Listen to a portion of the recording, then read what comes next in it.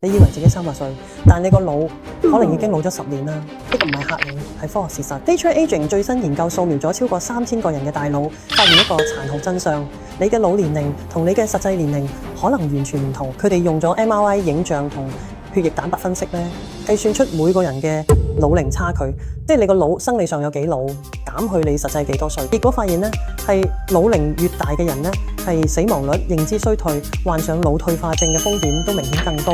反過嚟咧，係腦齡比實際年齡年輕嘅人咧，唔單止活得更長，而且活得更清醒啦，更有生命力嘅。更重要嘅係呢種差距唔係靠運氣，係可以量度、可以介入，甚至可以逆轉。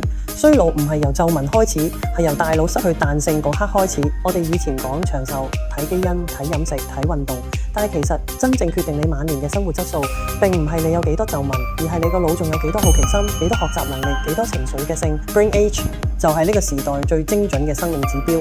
科技令我哋睇得見衰老，亦俾咗我哋改寫生命時鐘嘅機會。以前我哋只能等症狀出現先去睇醫生，而家我哋可以透過影像同血液測試，提早10年知道大腦發生緊咩事。呢個唔係恐懼，係自主權。當你知道自己個腦仲年輕，你會更有信心去學新嘅，行更遠嘅路。當你知道自己需要調整，你可以即刻行動。運動、營養、睡眠、認知訓練，每一樣都係對抗老化嘅武器。真正嘅長壽呢，係令大腦永遠保持年輕嘅好奇心，識得食、識得住、識得生活。我係 Fanny，下次再同大家探世界。